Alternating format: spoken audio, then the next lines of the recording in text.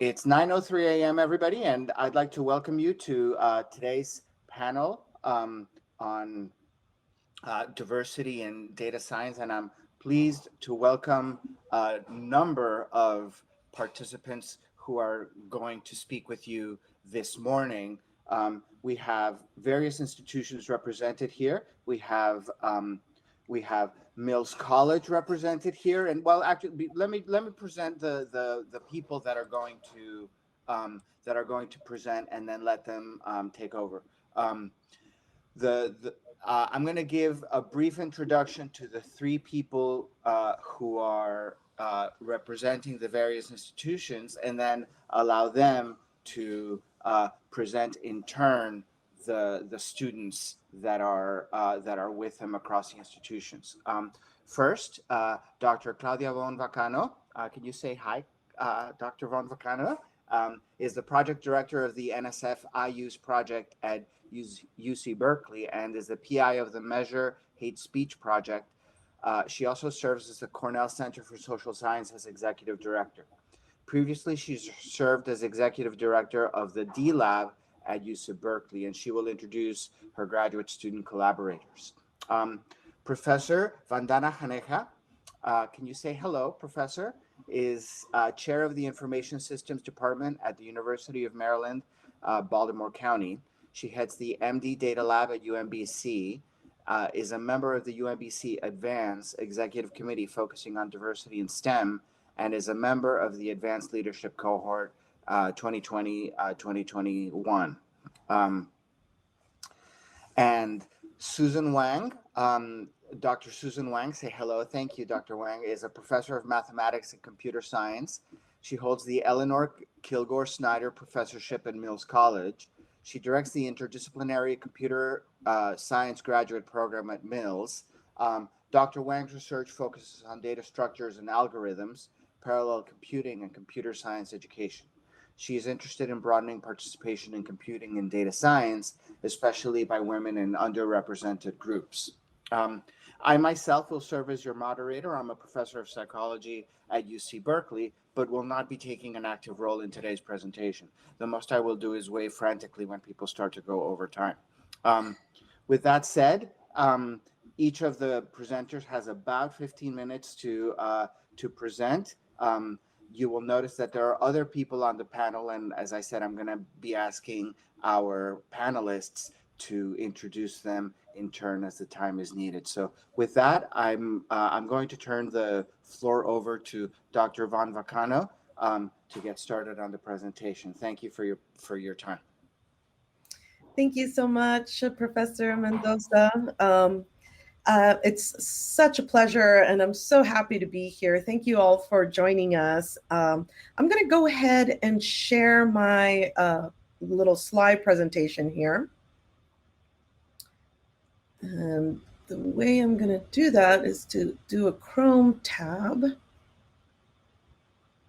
All right, and then I'm going to present. And there we go. Great. Okay, so today what we're doing is synthesizing a framework for inclusion in data science. And as Professor Mendoza said, I am here joined by my colleagues, Hikari Murayama and Seyi Olojo, and they're going to introduce themselves a little bit more in just a minute. But first, I want to talk about what our goals are for a very brief presentation. So we want to discuss equity and access to data science curriculum and research. And we want to outline a framework for implementing research in self-reflective ways. We want to provide specific cases and examples to illustrate our concerns. So now we're going to turn it over to Hikari Murayama to introduce herself.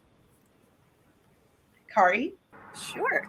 Thank you. Hi, everyone. My name is Hikari. I am a graduate student in the Energy and Resources group at UC Berkeley. I'm also a fellow at the D Lab, and I've been working with Claudia this past, I guess, year and a half already.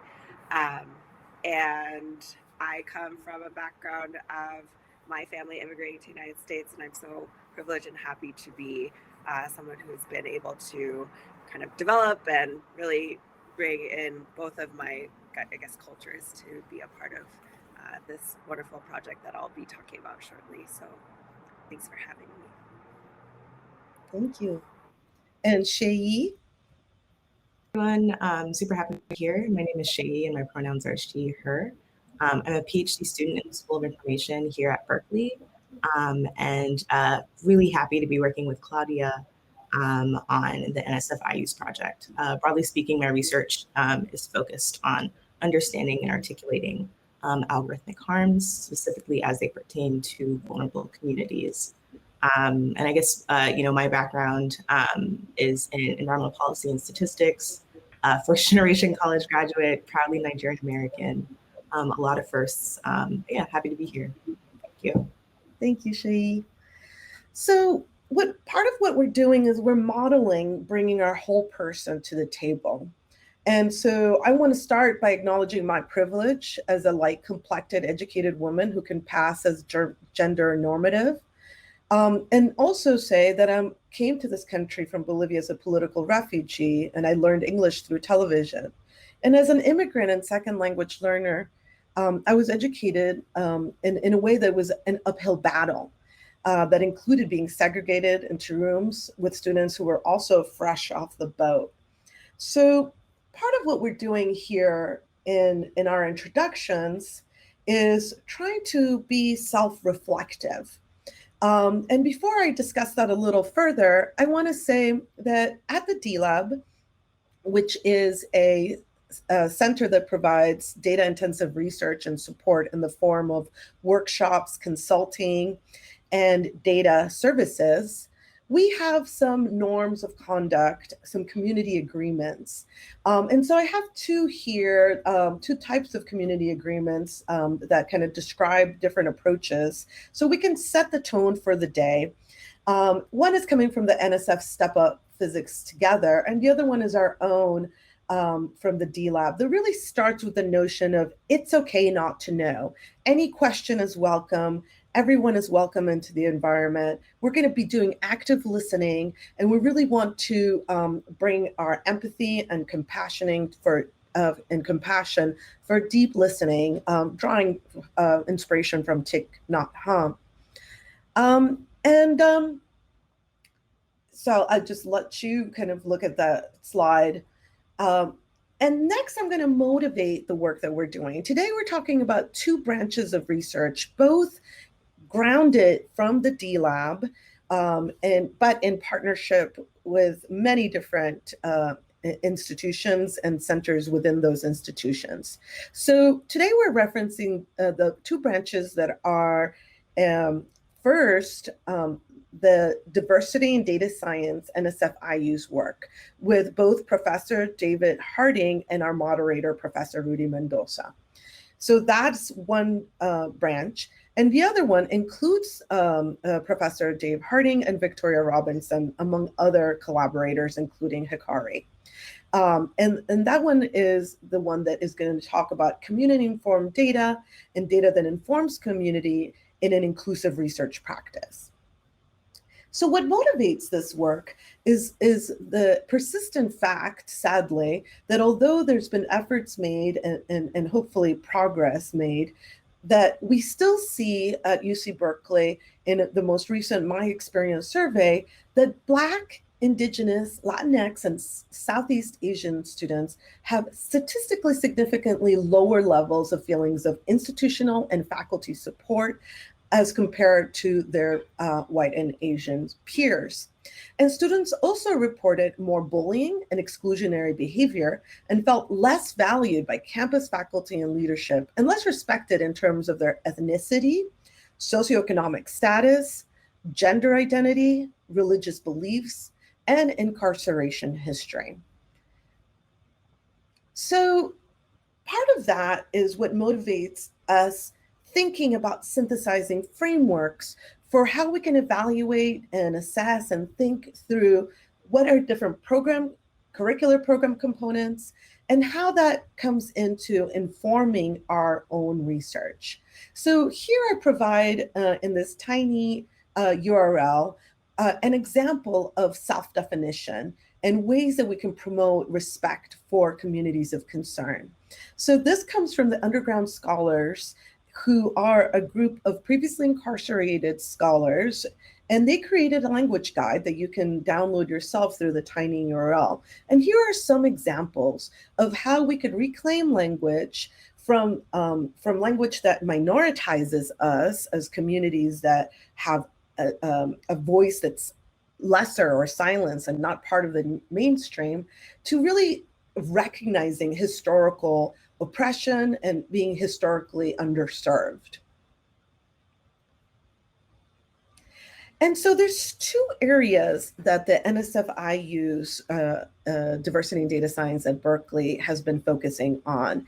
And those two areas are faculty development and near-peer instruction. And in the process of doing our work, which includes surveys, focus groups, and interviews, we are conceptualizing a synthesized framework to think through programmatic and organizational components, to move past individual issues to more structural concerns.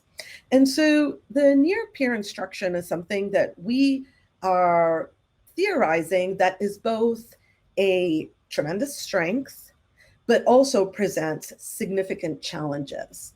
And so from the focus groups, I just posed some, provocation and questions. And the first is just simply to state that we believe that it's important to really do impact analysis of near-peer instruction.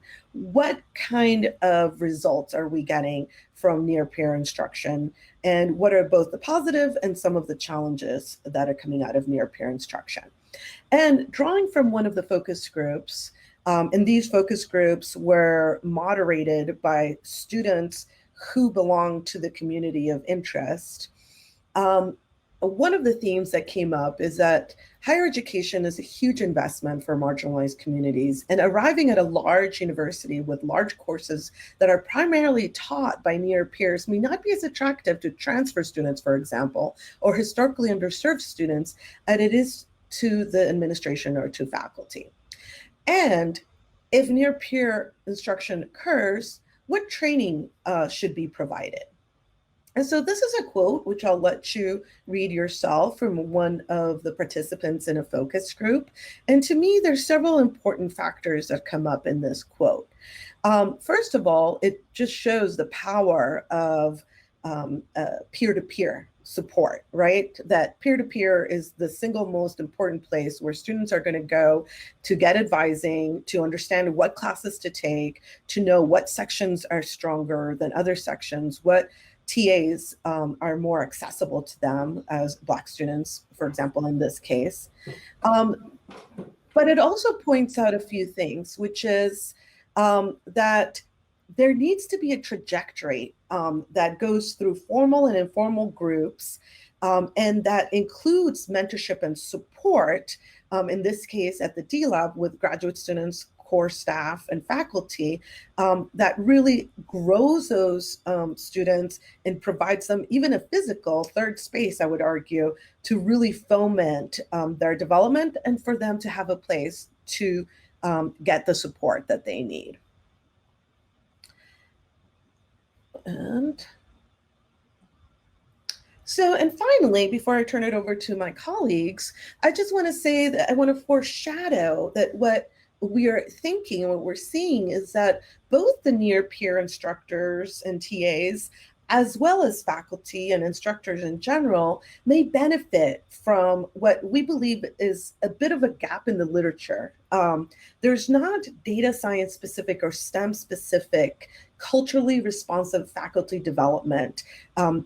There's very rare examples and that have been also empirically studied.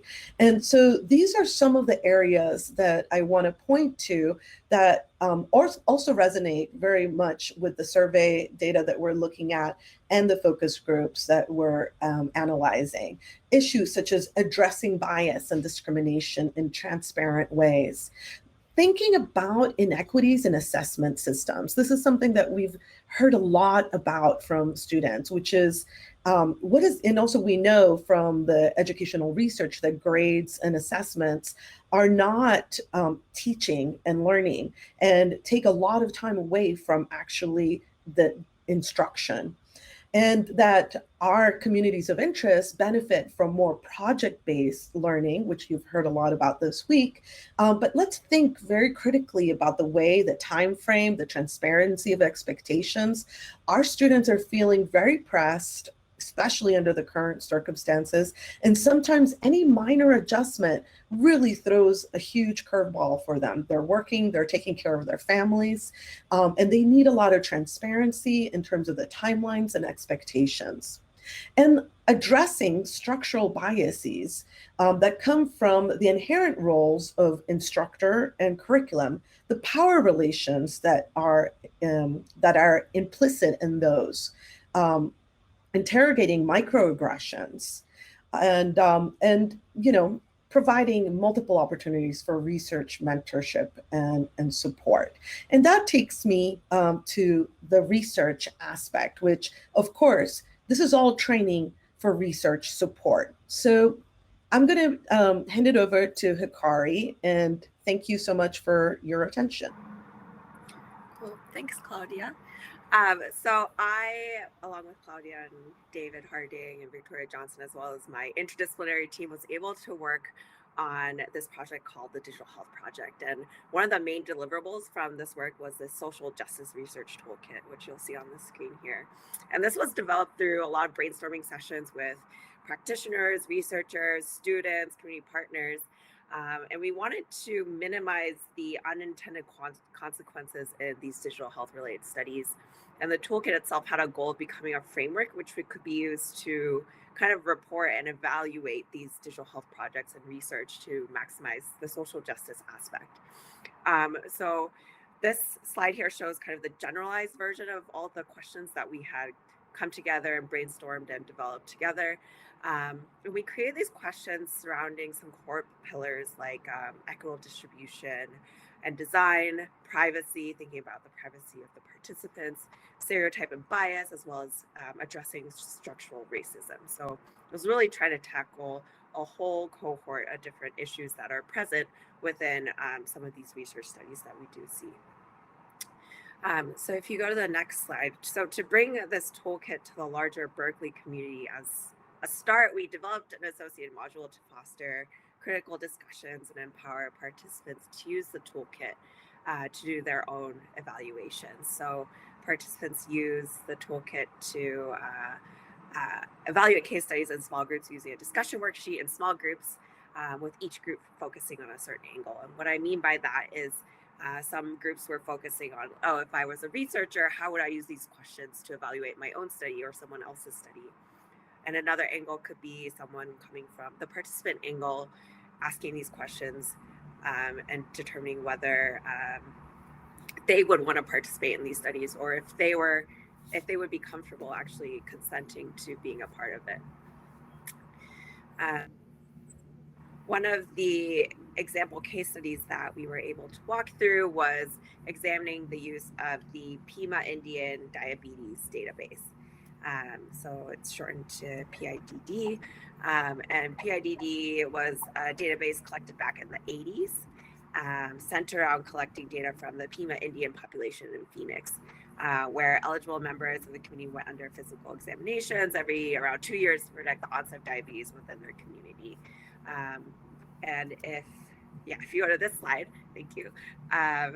You can see that from the slide that the data has been widely used since then. You see a couple of screen grabs that I've taken from multiple blog posts that have shown individuals using it for their own work and constructing their own predictive models.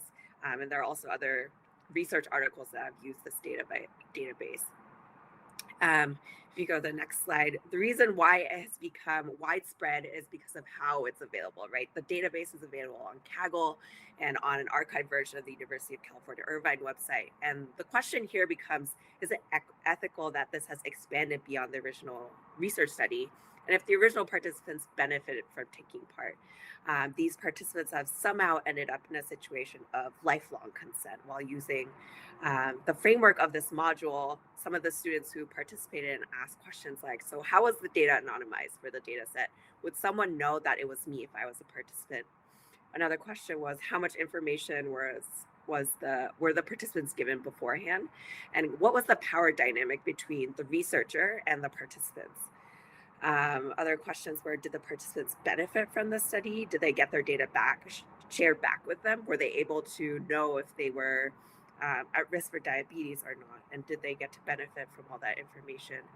And finally, the biggest question was, did they agree to consent essentially forever? And this is kind of a demonstration of how the toolkit is able to be utilized in this powerful way, and also empower students to practitioners to researchers right now to actually really evaluate and sit down and have this framework to discuss all these difficult questions to assess the social justice aspect of their work. So now I'll hand it off to Seyi. Thanks. Thank you so much, Hikari. Yeah, so I'll just briefly talk about a few larger concepts and questions for engaging an anti-racist pedagogy, sort of like applying a lot of the themes of the toolkit, but figuring out how to position it within the classroom. So if you read here, there are a few questions that fall into these concepts that I've outlined here: refusal, engaged pedagogy, reflexivity. And a lot of these concepts come from the Black radical tradition and indigenous studies as well. And so refusal is a really great way to approach this. Actually borrowing it from the scholar Audra Simpson, is the classroom a safe space for students to refuse materials that they might identify as harmful to them? What could the process of refusal look like within this space? And so for us as practitioners and educators, what does it look like to create an opportunity for students to be able to refuse certain kinds of data sets or certain kinds of questions that might call into question and also harm their identity? The next concept is engaged pedagogy, something that Bell Hooks, really spearheaded. Again, using, Black feminist epistemologies and ways of thought to be able to think through some of these questions. So what does co-construction look like in the classroom within the curriculum? How can we center the experiences of students living within the margins?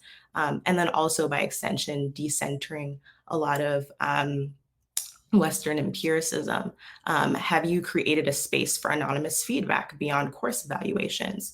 How do you plan on protecting and promoting student agency? It's really important to acknowledge that most classrooms are an extension of colonialism. That's how the United States education system was developed. And so thinking about power relations and power structures is a really good first step to doing this.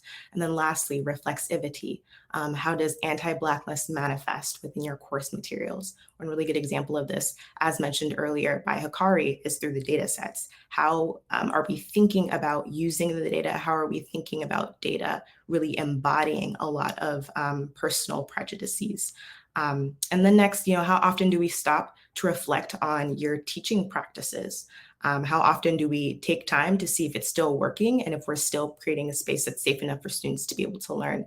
And then lastly, is there flexibility within your pedagogy for change, which is kind of like the most important question. Are you flexible in being able to take a lot of the critique and the suggestions provided by students in the classroom? So these are a few concepts to take with you to think about how to promote more inclusive data science. And these are some concepts that we're also looking at within the NSF IU's project as well. Thank you.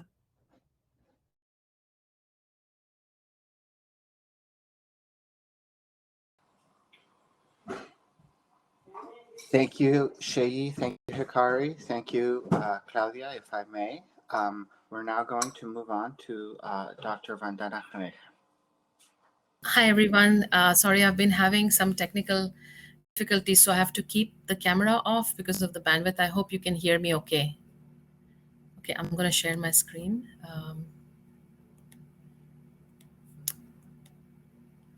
Great, I hope you all can see. Great. So thank you for such a great discussion. And what a wonderful day to have this discussion around Juneteenth, and discussing some of these important aspects of diversity in data science. And I would like to thank my students who have joined me today, Sadia Rahman and Olisa Okolo. They'll be talking as well today about their experience in some of the work we have done. So this project is in partnership with UC Berkeley and Mills and our wonderful collaborators here.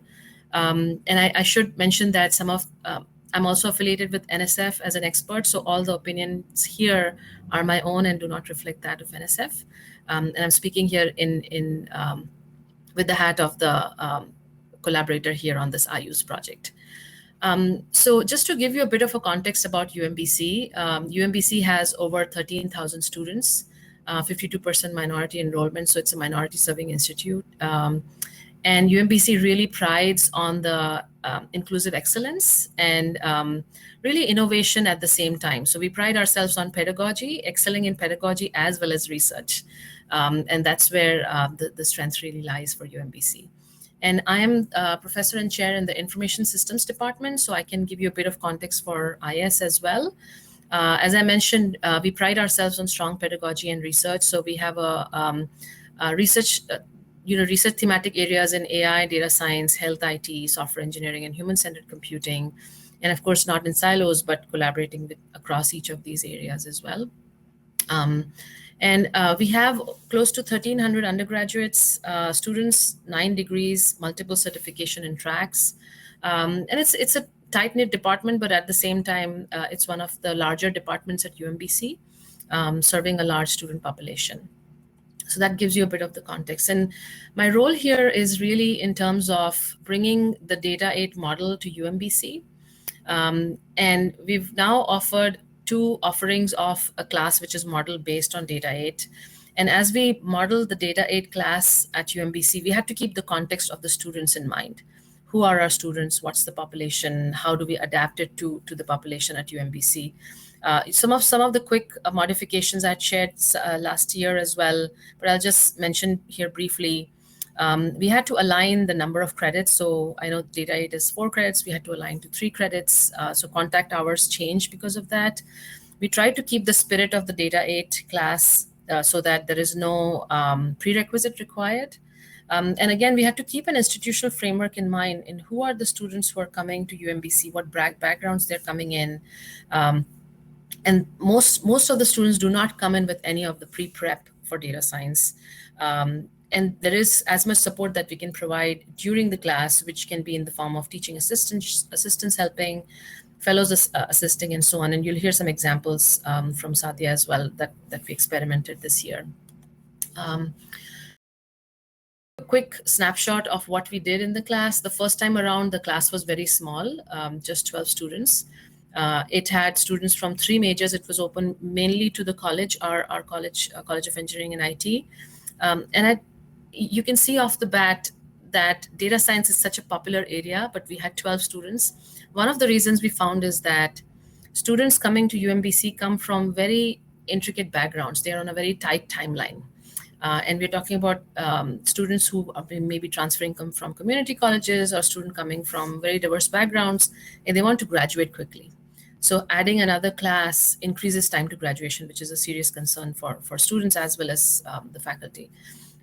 So what we did is in the next go round, we included this class as a replacement for a required class. So that increased the number of students. I did have to change the structuring of the class. The Data 8 model is very well structured, the labs and projects and so on. But I brought in a more flexible structuring just to allow for students to experiment with their own backgrounds, what they bring in, the skill sets they want to experiment with. And the biggest thing that came out of that is many of the students, they really enjoyed and connected it to applications that they were interested in, tools that they were interested in. And I also included an ethics module, which was very interesting, that students were able to connect the implications of data science to some of the real world challenges that they were seeing around us. And especially around that time, COVID was happening and we had to transition in the middle of the semester. So things like contact tracing and so on was being discussed, and students picked up projects in that area as well. So that was one of the biggest modifications. In the next go round, as you can see, the number of students is slightly increasing and the number of majors is increasing. And I think fall, it will be even more different. And again, we continued some of the modifications. It was a much more stable configuration in terms of the infrastructure as well. And we had a decision around where to fit it in the curriculum, which is where we brought it as a requirement for one of our business technology administration classes. And by this time, we had a good sense of what types of supports are really needed on the ground for the students who are coming in and who want to go into areas of data science, but may not have the right prep for it. So we started adding more support with the teaching assistants, with the fellows supporting the class, and also revising the content substantially to make sure it fits with the student backgrounds. And I cannot emphasize that enough, that that flexibility was really helpful. And because the classes were smaller, in both semesters, that I could experiment with a lot of that. So one of the biggest things that I'm really excited about is we were able to start the data science scholars. And I'm so glad that Sadia is here to share her experience as well. So the data science scholar is really, again, emulated on the data scholars program at UMBC, at UC Berkeley. And we wanted to bring that to UMBC because what I would really like to see is that the scholars sort of work as peer mentors in the classroom to support the students in the class and really encourage their interest in data science, because that's one of the data science, and you'll hear from Olisa as well later on about his own experience. So we try to create this data science ecosystem across majors, because now students are starting to come from different majors into this foundational class, but we need those peers who can encourage them. And another exciting thing that we did is we collaborated with the Center of Women in Technology at UMBC. They have this program already in place that we kind of piggybacked on, so that the peer mentors, while they are mentoring the students in the data science class, also get mentoring. So they're affiliates of the CVIT programs, and they attend classes. They do one-to-one mentoring with an affiliate there, with one of the directors there. And I cannot thank enough some of the members at UC Berkeley, Shivani Grover and Jessica, who really, really helped us and talked through some of the ups and downs and what we can expect. So we had our first cohort, which is exciting. And a lot of the students were still not getting into the mode of like asking for help, but some did, and I know that some of them really benefited from it. So in the next go round, we want to maybe tweak this a little bit more, and maybe have it as a part of the requirement of the class itself, so that the students are from the get-go talking to their peers in the data science scholars program. So the scholars did a lot of activities across UC Berkeley. I know they attended talks such as from Claudia and others. We did a scholars meet and greet, which was really phenomenal. We exchanged lessons learned across the two programs, which was really great. And I think these are the grassroots things that really help. The infrastructures are really different. The student populations are really different, but these exchanges really helped understand what we can really do to impact diversity in data science. So I really enjoyed this part of it.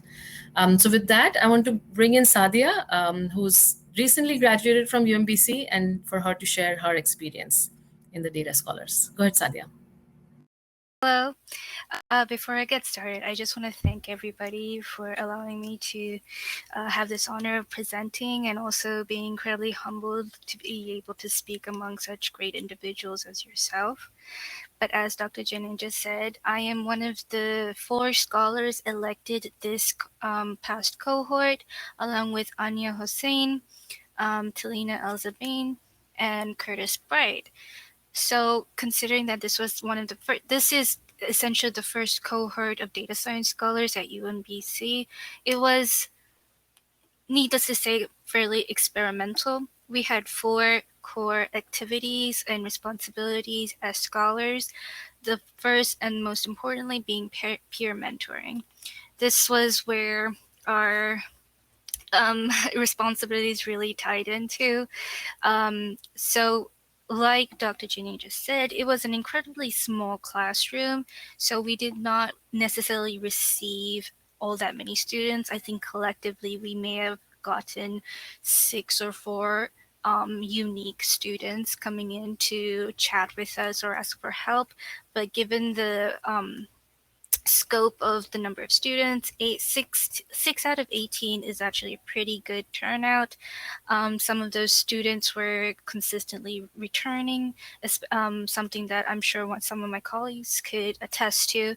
But one of the things that I would say that was incredibly beneficial from it was that a lot of the students, while seeking help for their coursework, especially in Python, seeing as a lot of them had not had exposure to Python, another part of it was that they were also asking questions about going into research. So a lot of us here have some experience.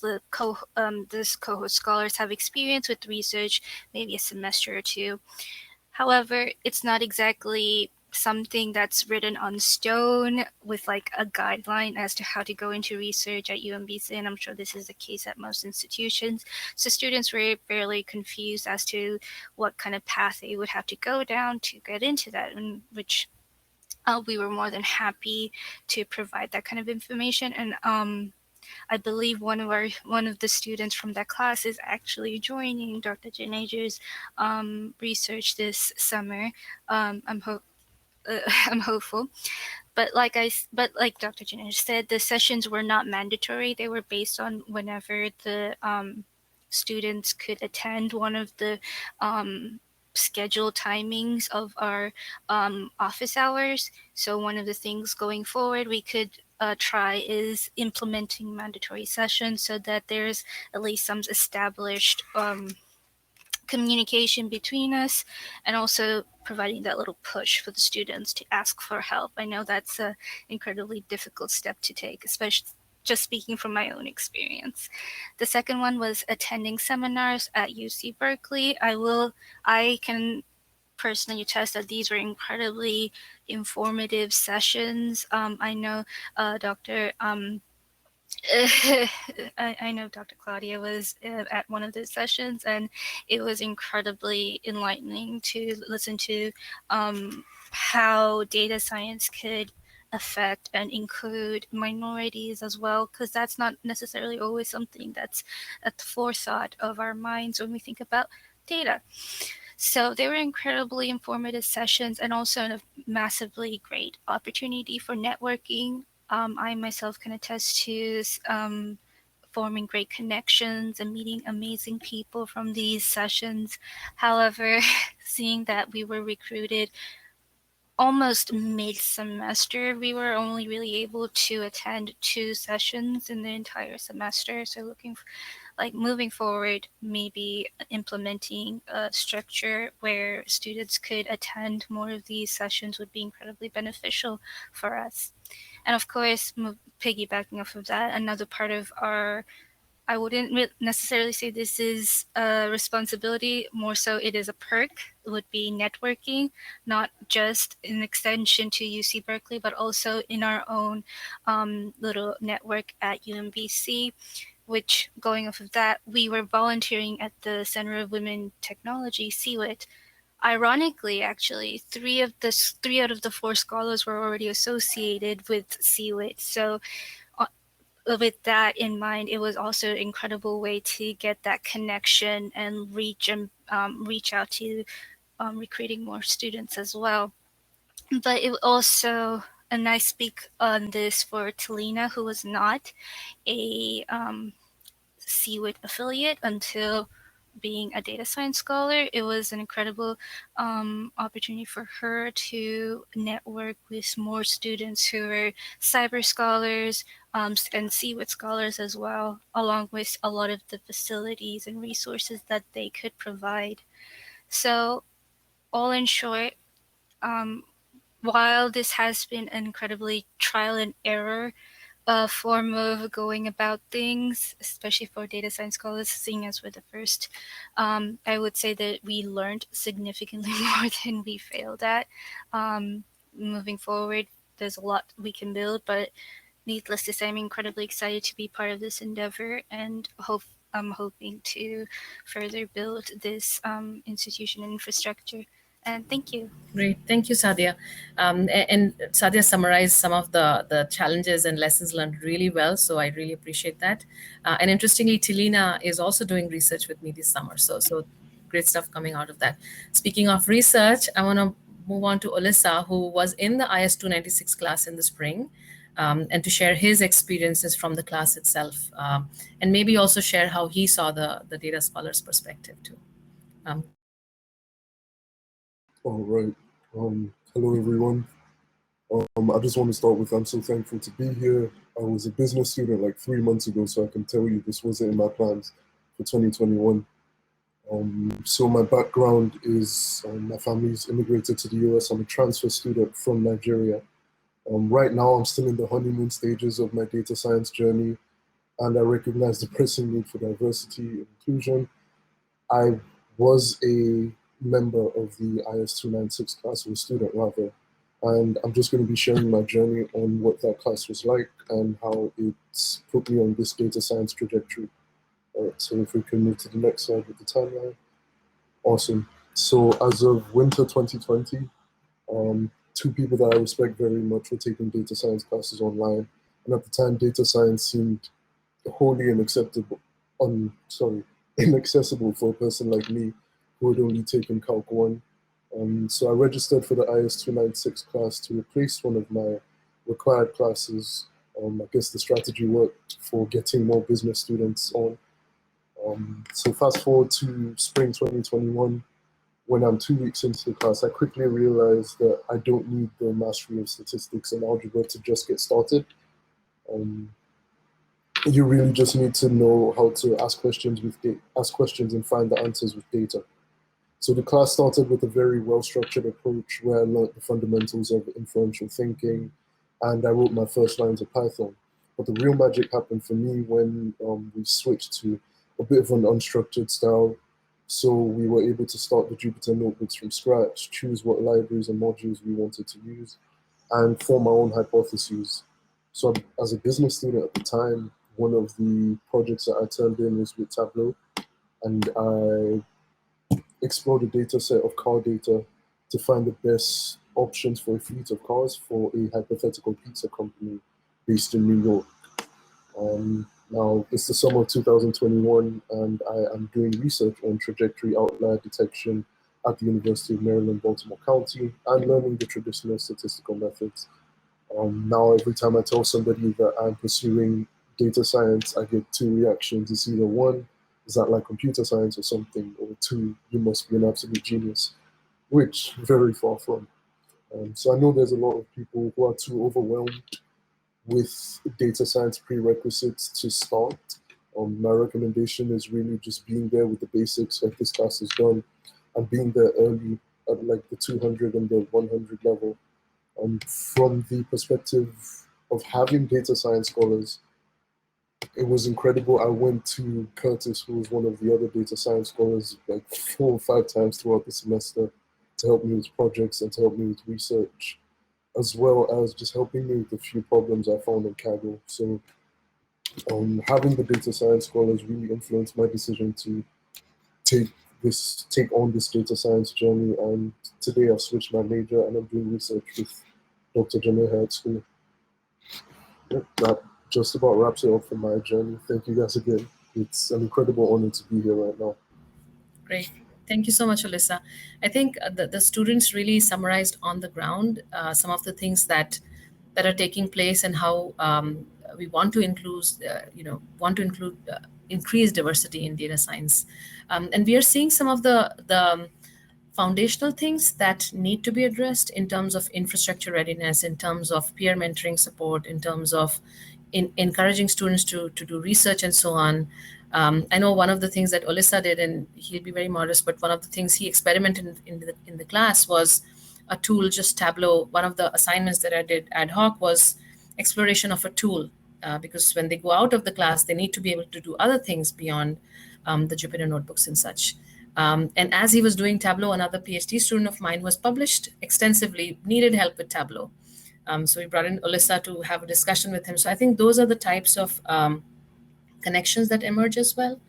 But I think the students summarize it best. So I'll pause here, and I know there'll be Q&A later on. So I'll stop sharing and pass it on back to our moderator. Thank you. Thank you to all our speakers. And we now move on to Dr. Susan Wang. Okay. Hi, everyone.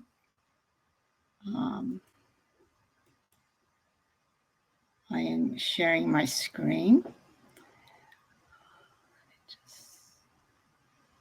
Okay. So I'm Susan Wang, and I'm a professor of computer science at Mills College.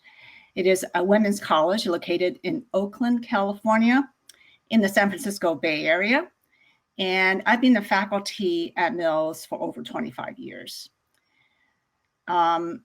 Mills was founded in 1852, so 2 years after California became a state. It is the first women's college west of the Rockies. It was chartered in 1885.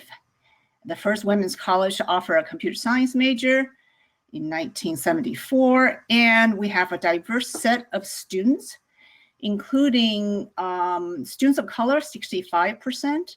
We are a Hispanic serving institution with 34% Hispanic Latina undergraduate students, and we have about 44% first generation students. And 52% of students receiving Pell Grant. And that's that figure just indicative of sort of the wealth of the family who are attending Mills. Our average class size is 12. So that's a bit of background about Mills. And today, I would like to talk about the development of the 3 modules that we implemented this past year. And just a little background, at Mills, we started with building the modules. And this fall, I will be teaching a course similar to Data 8 at Mills. So this is sort of like a starting point, building up, starting with the modules, going to Data 8, and the rest of the data science curriculum. So I would like to describe the modules that we did and also talk about some of the takeaways and challenges. So some of the motivations for the modules are to just engage a broad and a diverse set of students in data science. And how do we do that? We use relevant, meaningful problems or topics, real world data sets. Some are large, and sometimes we use simulations. And these modules, perhaps you have attended the earlier panel on modules, and they're short explorations in another course. Short meaning maybe 1 class up to 2 weeks. And these are embedded in courses in various disciplines. Because they're embedded in other courses, usually these modules don't have any prerequisites. Students don't have any programming background. And the goal is really sort of to explore the power of data science, and then demonstrate how easy it is really to kind of explore data, examine data, look at data, maybe analyze data, visualize data. And perhaps through these modules will also inspire students to pursue further studies in data science. So I will start off with our first module, and that was taught at the first year seminar. So actually to all first year students, it was done in the fall of 2020. It's a 1 week long with 120 students. The seminar is broken up to 4 sections. But when we taught it, because it's pandemic, we all met on Zoom at the same time. The first year seminar had different topics, but we asked whether we can teach one topic to all first year students. And the topic we chose was voting and registration.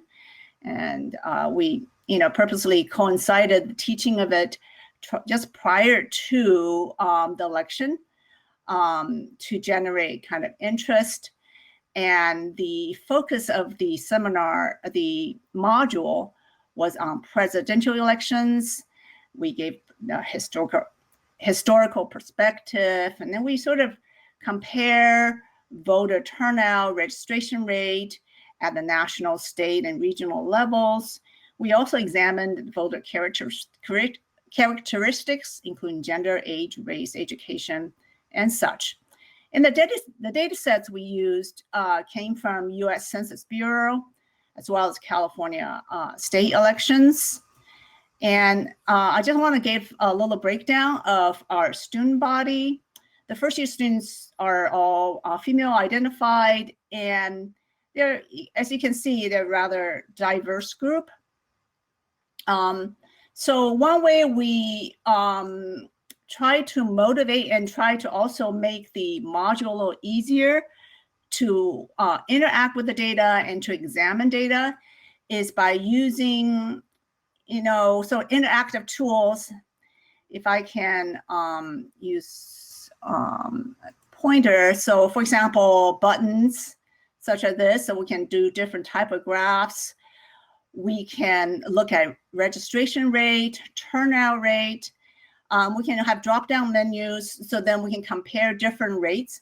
So here is a comparison, for example, of US turnout rate, which is voting rate, between the sort of the nation, the national data in this case, in blue, the California turnout rate and the Bay Area turnout rate.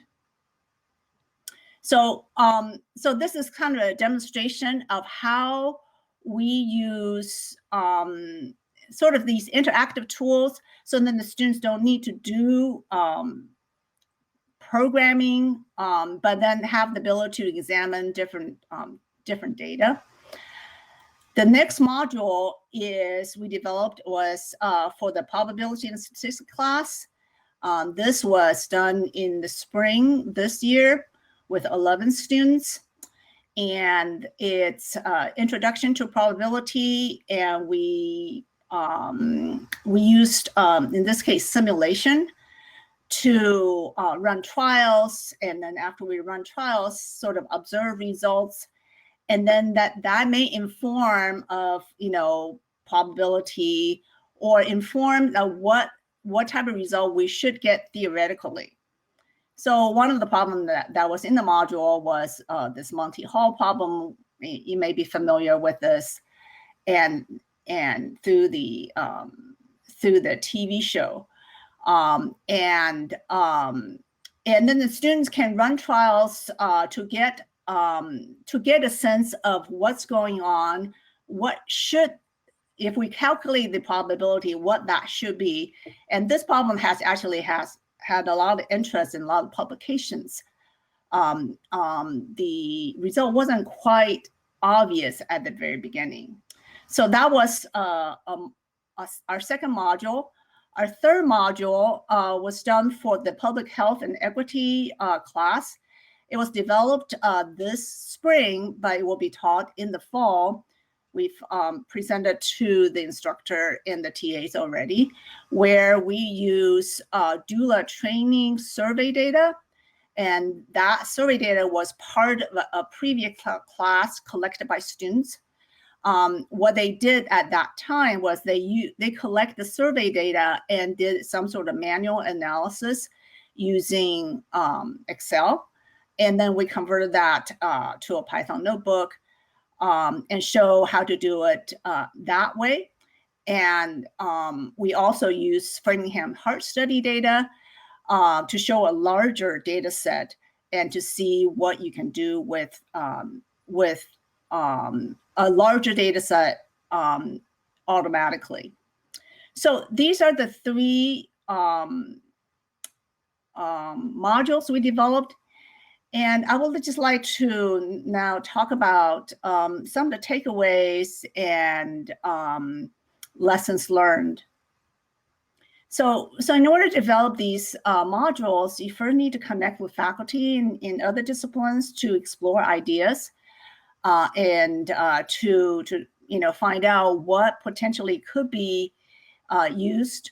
And when you talk with other faculty, it's really important to identify a problem that's meaningful to the students, impactful. It could be a problem that they personally experience, but in the context of the course. And the next thing what you need to do is really to find real-world data sets, perhaps large data sets that are relevant, pertinent, and it needs to be cleaned. And as I sort of demonstrated that in order to ease the use of the data, the module itself, there are things that you need to set up, for example, the infrastructure. And that's what we did with the Jupyter Hub. Actually, UC Berkeley helped us quite a bit with setting up the Jupyter Hub. And then there's a GitHub connection, the Interact link. So I think it's something that's going on in the background that needs to be done, whoever's doing the module. But the instructor for the course and the students in the course may not be fully aware of all that background. They just see things work. And then perhaps you might want to use the interactive apps, buttons, sliders, etc., just so then it's easy to examine the data, to manipulate the data, to visualize the data, etc. And there's also training going on to either instructors or TAs to assist in module development. And here in the GitHub site, I listed the 3 modules we developed. So what are the challenges? Well, and they go sort of hand in hand with some of the takeaways, the lessons that I mentioned earlier, the infrastructure setup. So to ease the use of the modules, the students basically click a link and then they go into the Jupyter notebook. And then you can start off with, teaching them a little bit about how to use the Jupyter notebook. But that infrastructure setup is, actually, in my point of view, non-trivial. But once it's set up, it's easy on everyone. So that is a challenge. Finding good data sets is always, relevant, clean data set. That's actually also a challenge. Even in my case, where I was looking at voting and registration data, the Census Bureau data and the voting data from different states, they actually are not the same type of data. So even you have the sources so when you compare data, you have to compare apple to apple. So that could be a challenge, finding good data sets that you can use, and then they actually speaking the same language. The third challenge is really how much you want the student to be able to do themselves versus using the interactive tools. Should you provide all the tools so they don't do any programming, or should you teach some programming so they actually know how to build these tools themselves? And that plays, into how much time you have with a module. So it's always a decision you need to make. And another aspect that I encountered was to design meaningful assignment for the module. So if you take a week out of somebody's course and they would like to assess what the students learned, how do you assess that? If they, how much technology, how much coding do you want to assess, and what are the other things you want to assess? So you have to work with instructor on building a meaningful assignment for the module and an assessment. And you need resources for developing modules. So that may include, training for TAs and other instructor. So, so these are the things that I and we faced when we were developing these modules. And then I think in earlier talks, we heard various people talk about going to the dean to get funding for some of these things, and those are some possibilities. So I'm going to stop here and be happy to take questions either now or later. Okay, thank you. Thank you, Dr. Wang.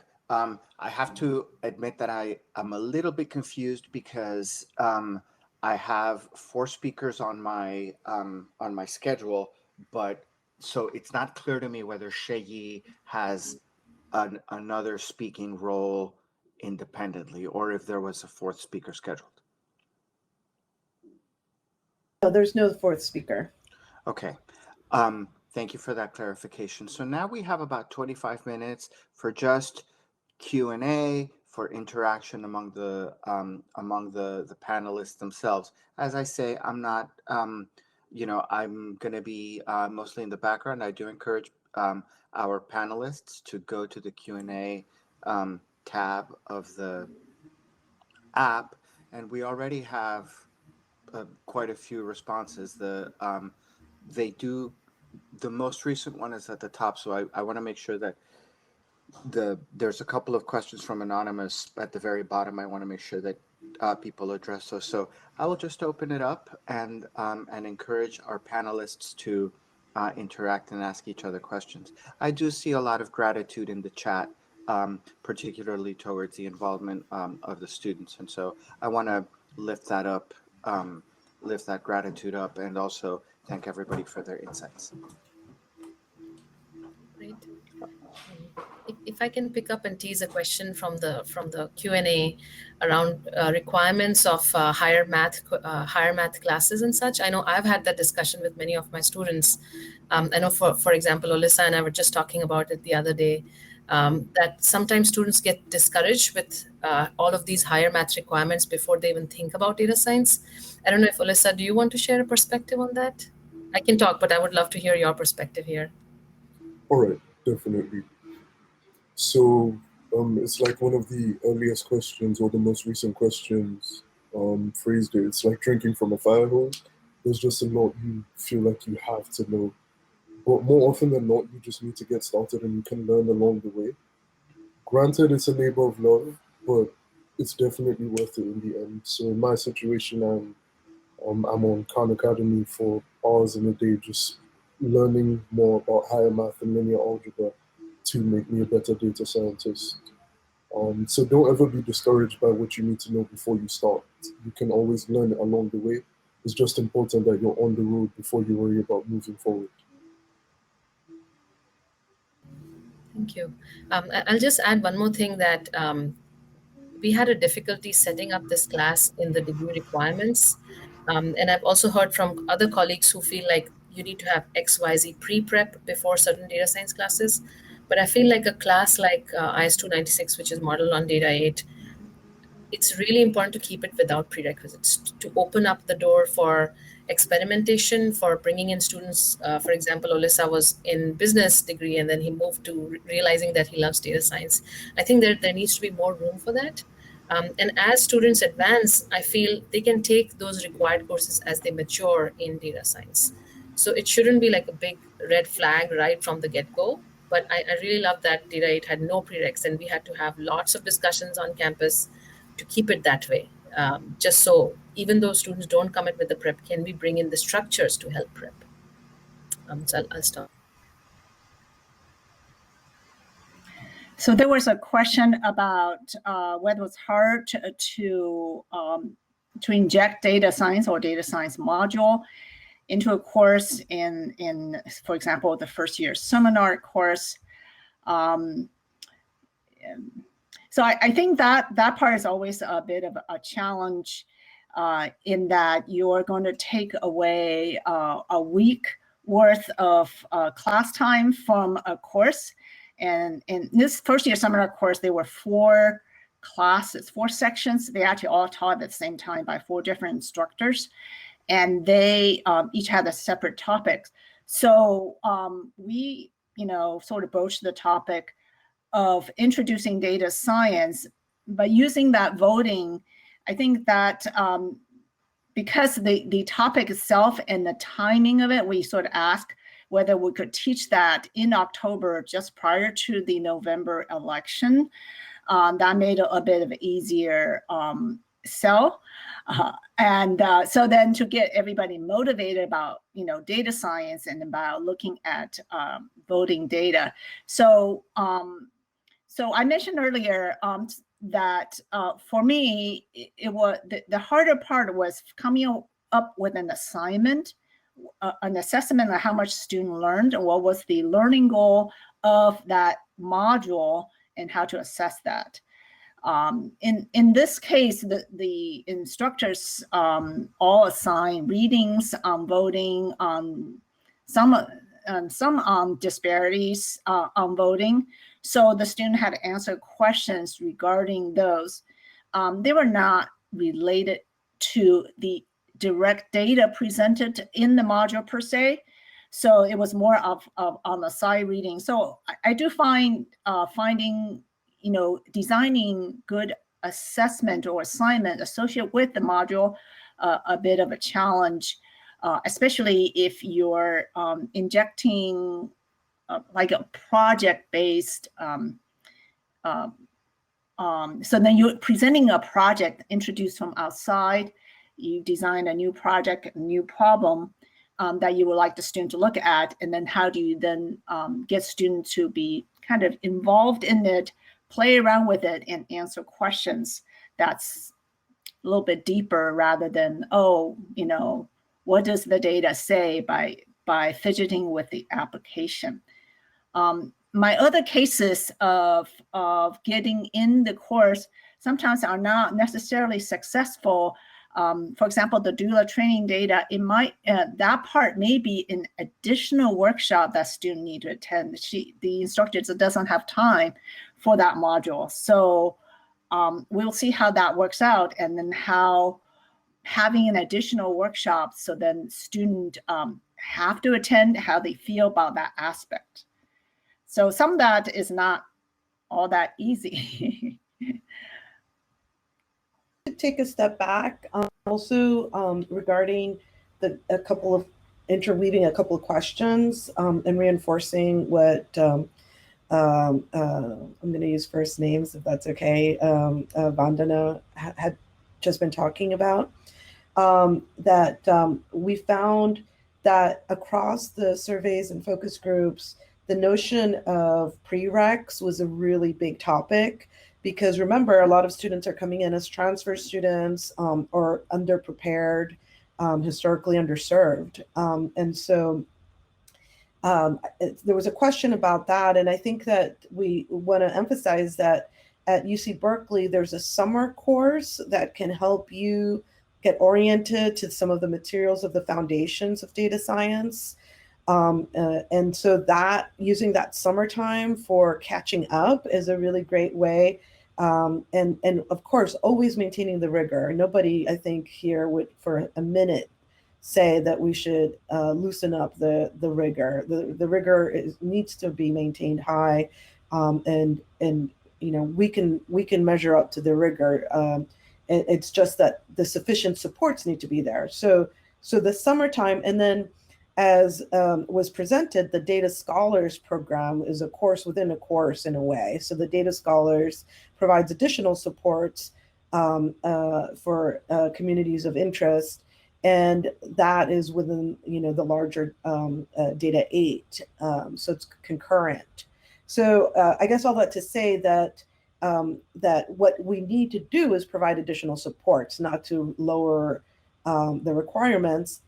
We found that across the board, some STEM programs had information about how to catch up if you were transfer students, and some departments in STEM did not have information. So if you're a transfer student and there's not even information that tells you how you could actually declare, then that's a sign right there that perhaps transfer students are not as welcome. And then finally, I wanted to say that GPAs as requirements for declaring majors in STEM fields was another issue that came up a lot in our data as barriers to entry for declaring STEM field majors or minors.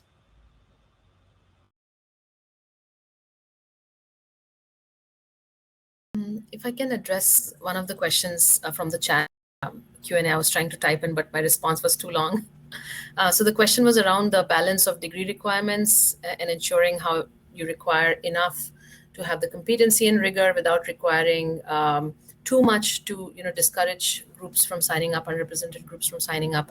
I think you really have to be, I'm going to say devious or innovative rather, to find ways to put in the right things and the right courses. So in our case, I had to find a way so that this course was on the pathway that students would consider it, at least in place of some of the other courses. And as more students start realizing the importance and the value of it, they would take it. But putting it on the pathway of their required courses is helpful. But I want to reinforce what one of the things that Claudia was saying is that you don't want to lose the rigor, even in making changes inside the class itself. So one of the things that I try to emphasize a lot is the flexibility element that we have brought in the data equivalent course. Is we start with the same labs, we start with the same types of projects that Data 8 does, but right around the halfway mark, we sort of make it more flexible. And what do I mean by that? So for example, instead of one project, the second project, I would have a tool exploration where students pick up their own data set and they explore what they want. It just gives them more flexibility to work with what they know. But at the same time, all of the core skills, they're still learning those things.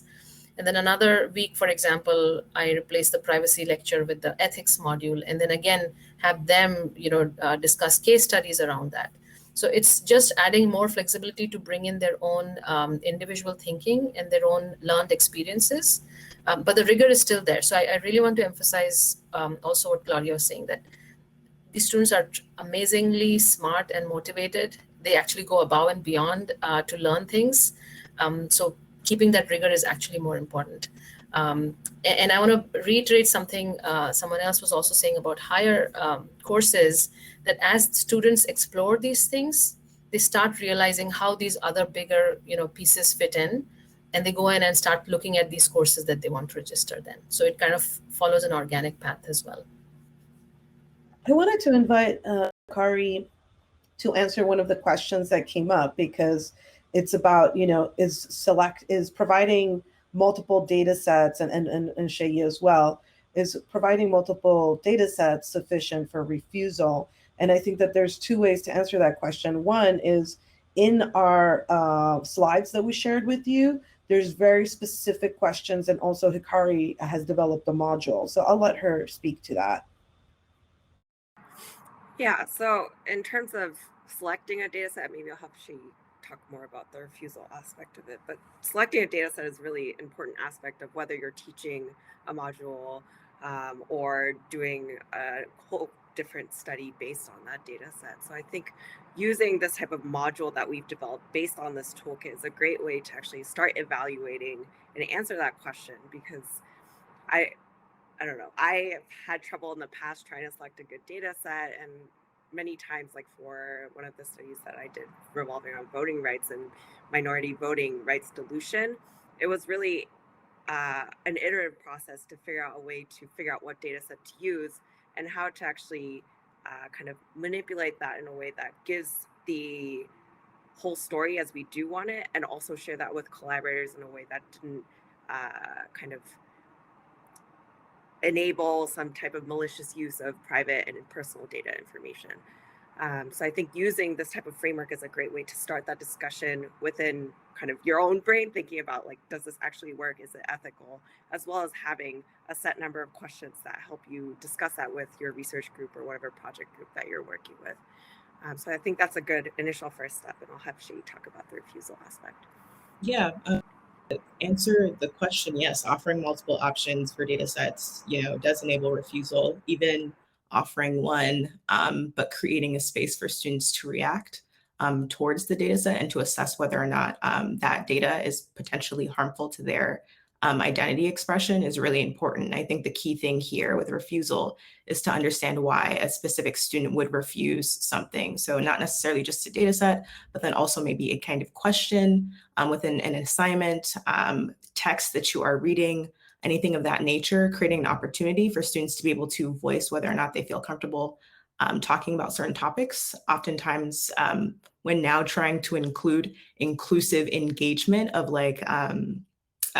things that are happening around the world, it can get kind of messy and insensitive if you're not having students equally participate in the process of figuring out how to use specific materials or examples, real world examples in the classroom. So I think when thinking about refusal, it's more about why did a student refuse to engage with a specific question or with a particular data set, so that informs future pedagogical decisions when developing your curriculum. This is loosely based on the concept called ethnographic refusal. Again, I'm citing some Indigenous scholars, Eve Tuck, Audra Simpson, Tuawini Smith, who have really pioneered this way of engaging in research. So if you're interested in refusal, what it looks like within research, I would also start there, looking at their really great work.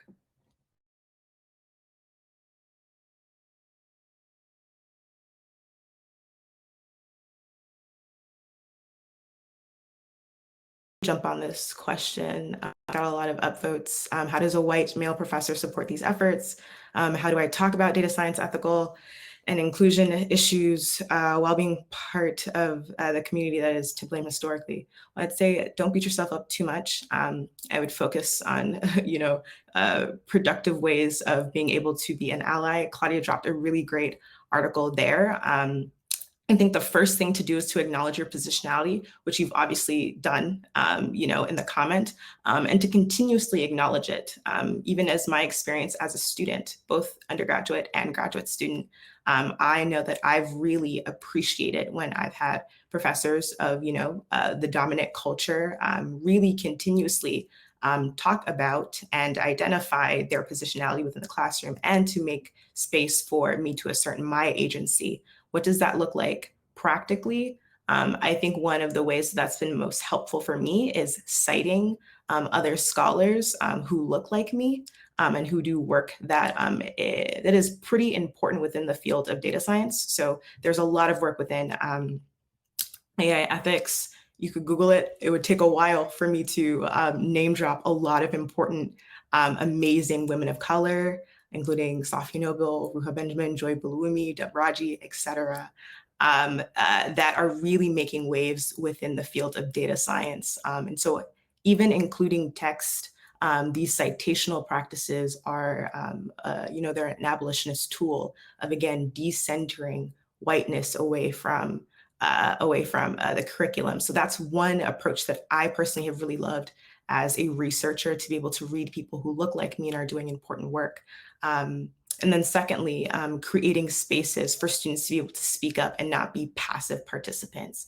Another scholar who talks a lot about this is, Bell Hooks, who another Black woman, educator.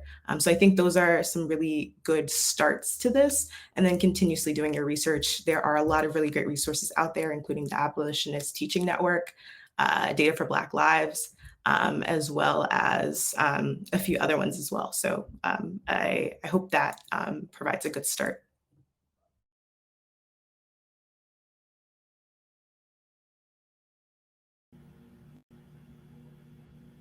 I think I'll just echo, sorry, I was just going to say, I'll just echo what Seyi said and addressing that question. And just the question itself is so important that was posed. Just recognizing that is very important. So that's the first right step. And I've also realized that I, along with others who have shared their story, as you come into different cultures, and when you see people supporting and speaking up, that itself is a very big thing. So one of the things that I've realized in my classes, if there's a statement on civic engagement, having something out there that recognizes that you support that and you give importance to student voices, I think that will send a strong signal and make people realize that you're there for them to discuss these things.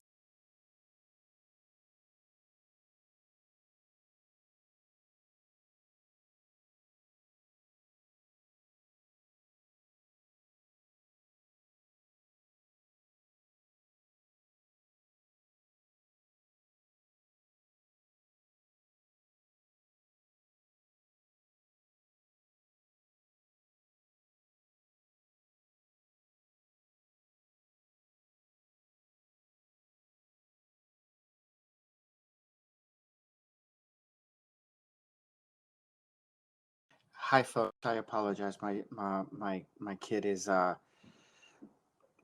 asking me things here. There is one issue, since I'm going to take advantage of the pause in conversation to ask a question of the group, and to take it up. I've noticed that a lot of the conversation this morning has tended towards opening the doors towards a more inclusive data science, and how do you bring in people from other disciplines? How do you help students feel comfortable when they may not have the types of backgrounds that they imagine that they need? And Olisa has talked very, very well about the need to not have those pre-assumptions. But what about, how do you work on keeping the students, once they are in the program, when they're far and well advanced into either their undergraduate or their graduate programs? I mean, it's not like once you open the doors, they're in. Oftentimes, in fact, what happens is sort of like, now that you're in, there's often the sense that you are ignored, but slights continue to happen. How do you work around those microaggressions, those icy environments that occur even within the more advanced fields?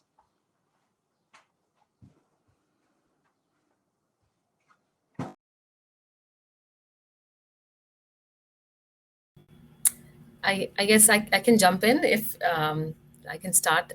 It's a very difficult question, and it happens even at the highest level when you reach to many different places. It's very important to connect to mentors, I think, for students to have a clear, folks that they can connect to, not just role models, just mentors. They could be peer mentors, they could be faculty members they really appreciate. And my suggestion to even students who start research with me is, I would say, go and talk to all the faculty members who do research in this area, so that you know who you connect to, who you can speak to. But also calling out the behaviors that are seen. Sometimes it could be from you directly calling it out, or others stepping in and calling it out, like allies in the right places. And that happens iteratively. It's not easy. You've been in situations sometimes where you realize a little bit later on that this happened, and then you want to take it back to that conversation and point that out, that was incorrect. So sometimes it may be just pointing out to people who you see engaging in that behavior, maybe consciously or unconsciously. So recognizing that you yourself can be a person who calls out, or an ally in those places. But I think mentoring has been one of the most important things that I have seen work for students, as well as for faculty members who are coming up from an underrepresented group, or who are coming in through unconventional pathways. Right. Sorry, just to piggyback off what Seyi mentioned earlier. Reading scholars that look like you and are from similar backgrounds really helps solidify your position, in the field once you're already there. And just reconnecting with that sense of purpose. Like, I have recently just watched Coded Bias, and learning about the Algorithmic Justice League just makes the entire journey feel like a superhero origin story. So networking with other people in the field to just realign your sense of purpose every now and then It's definitely a great way to keep people who are in the field, well, in the field. I would also say keeping a close eye on minority student enrollment in higher level classes. I can speak from my own experience, having done a lot of statistics and data science in undergrad and deciding not to major in that because of the lack of representation in higher level courses towards the end of my degree, and not seeing folks who looked like me, both students and also faculty. So if there's an opportunity to recruit faculty, form, historically minoritized communities, and also if there's an opportunity to keep track of and offer up opportunities to support students who, again, identify as, minoritized in these classes, so that, people can see that there are other folks that look like me pursuing this major and taking certain kinds of courses.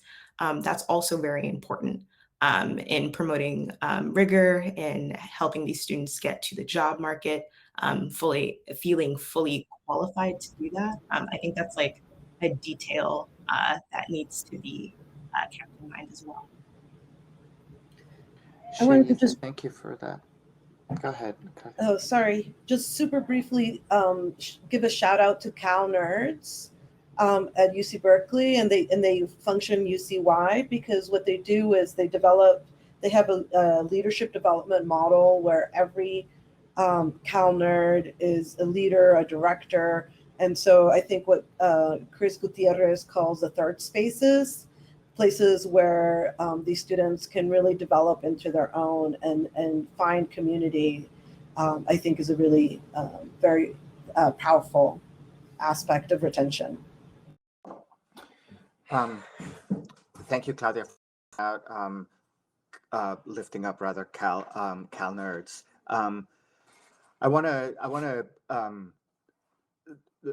underline Seyi's point about the lack of representation of minoritized scholars the higher up you go. One of the things that we know from psychology is that, processes of threat, right, and of that what we call stereotype threat, that feeling that you are being, observed and evaluated through the lens of your minoritized identity, those feelings of threat actually increase the more invested you become in a field in which you are in fact not represented. So it becomes all the more important the higher scholars go to not say, okay, you're on your way now, but rather to continue supporting and to continue being mindful about one's positionality within the field. I cannot emphasize enough Seyi and Elisa's point that to include a literature from scholars who are not in the traditional canon, right? And I'm using that term very deliberately here, right? I know from psychology that there is sort of the canon, right? And then people who are not mindful are like, oh my God, I had no idea that this, minoritized scholar had written about X or Y or Z. And it could be part of the canon. It just, because of the processes that Hikari and Seyi talk about, are not included. So we need to really think about the assumptions that we're making about syllabus construction, the kinds of knowledge that is included versus not included. I'm doing it again. I promised to step into the background, and here I am, like with my concluding comments. I apologize for that, but I salute all of the participants here this morning, and I believe that our time is up. Thank you very much for attending, everyone, and hope that you enjoy the rest of your sessions this morning. Thank you, everybody. Thank you.